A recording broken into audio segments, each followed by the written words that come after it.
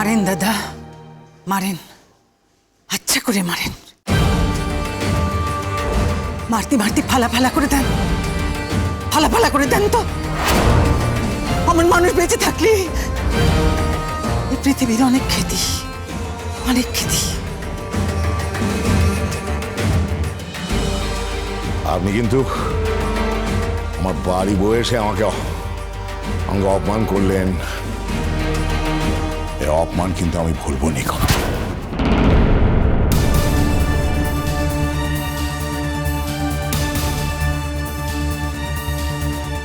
অপমান দেখেছো কোথায়? এবার অপমান দেখবে। কোন উকিলের সাথে পাল্লা পড়েছে এবার তুমি বুঝবে। গটি বাটি চাটি করে ছাড়বো না, গটি বাটি চাটি করবো না।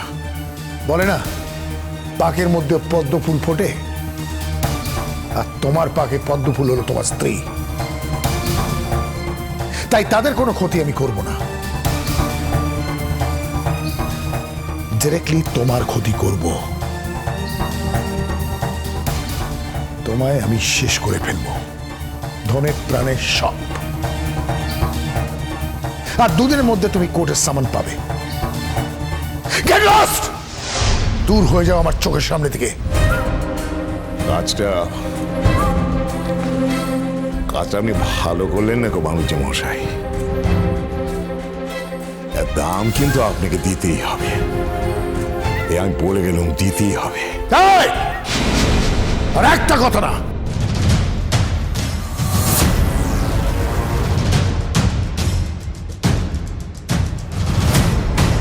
কিন্তু সংসারে ফিরে না গেলে আমি বাঁচবো কি করে? সংসারের সুতোগুলো যে আমার গা থেকে যায়নি গো, দেখো গিঁট লেগে রয়েছে। উমা দেখো গো কি কাণ্ড, কতকাল চেয়েছে এই গিঁটগুলোকে খুলতে খুলতে পারিনি। আজ দেখো কেমন টুসকি দিচ্ছি আর সব আলগা হয়ে যাচ্ছে। তাহলে কি সব বাঁধন আলগা হয়ে গেল গো? আমি কি একদম মুক্ত হয়ে গেলুম? হ্যাঁ, কিন্তু কে যেন ছিল আমার সংসারে, আমায় খুব ভালোবাসতো, খুব খেয়াল করতো আমাকে। লাল টুকটুকে শাড়ি পরাবো, মামুনি বলে ডাকতো আমায়। আরে দূর চাই, এত ঘুম নামছে কেন আমার চোখে? কিছু মনে পড়ছে না কেন? মায়াটারে পথে বাইর করে দিলেন।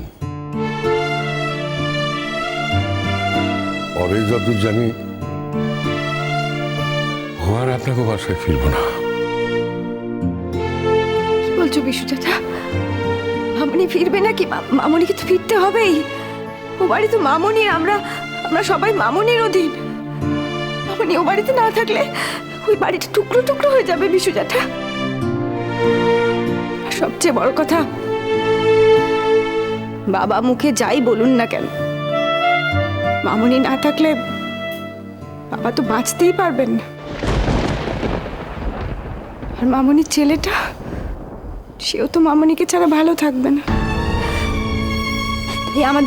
আমাদের মামনিকে খুঁজে বার করতেই হবে। যে কোনো উপায়ে মামনিকে আমাদের খুঁজে বার করতেই হবে।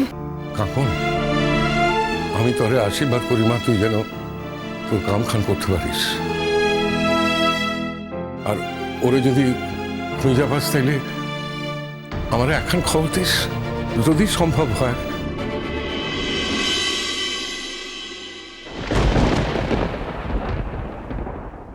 সবকিছু কেমন ধারে যেন আবজা হয়ে যাচ্ছে। সংসারটাকে আর স্পষ্ট করে দেখতে পাচ্ছি নিকো।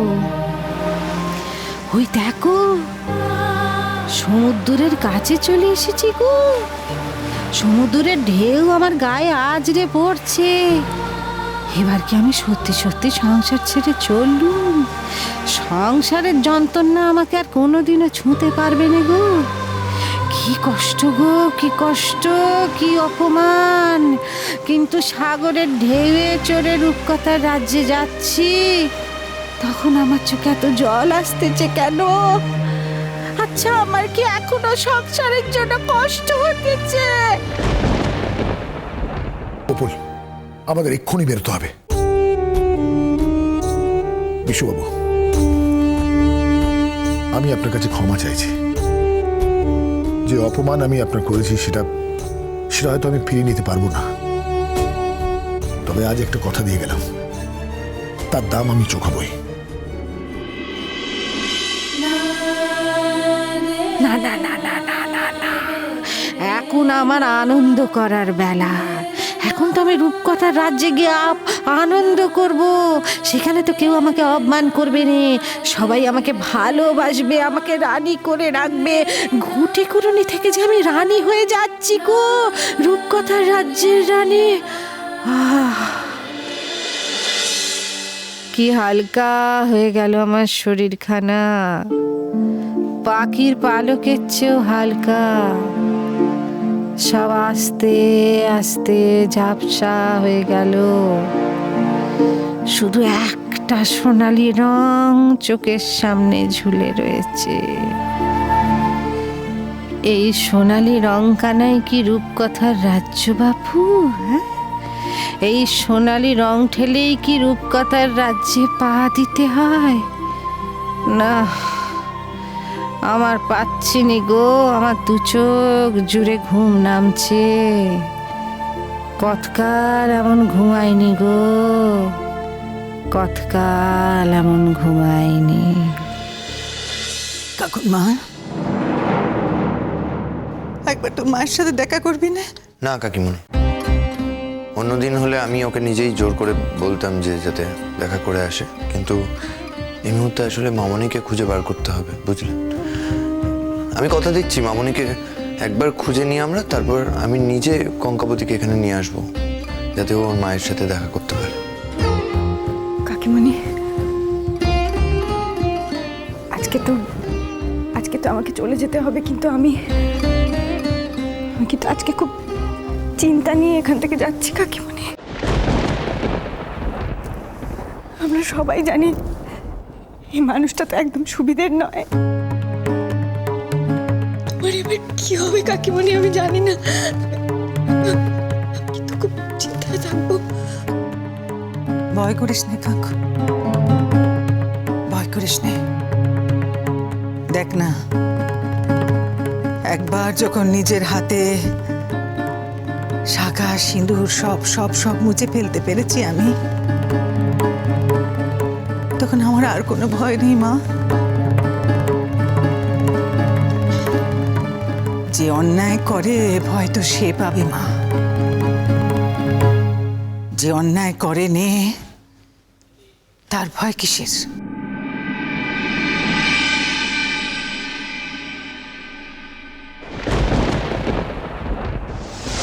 রাজগুপ্ত, ইঞ্জেকশন দেওয়ার পর পেশেন্ট তো একদম ঝিমিয়ে পড়লো। কি পালস রেট তো ক্রমশ কমে যাচ্ছে।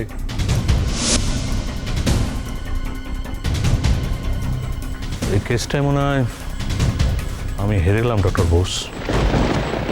মানুষটাকে মনে হয় আমি আর বাঁচাতে পারলাম না। এখন আমাদের অপেক্ষা করা ছাড়া আর কোনো উপায় নেই। আর ইঞ্জেকশনের রেজাল্টটা পাওয়ার জন্য আরও কিছুক্ষণ টাইম দিতে হবে।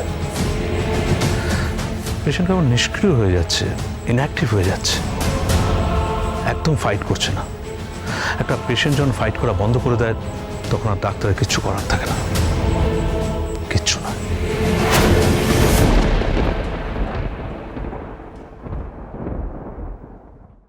বেশ করেছি, বলছি না বারবার যে আমার মাথা গরম আছে, মাথা গরম আর নতুন করে করাবেন না। ভাষণ দিচ্ছেন কেন দাঁড়িয়ে দাঁড়িয়ে? আপনি তাহলে খাবেন না? না, খাবো না, কিন্তু তার মানে এই নয় যে আপনি খেতে পারবেন না। আপনার খাওয়াতে কোনো বাধা নেই।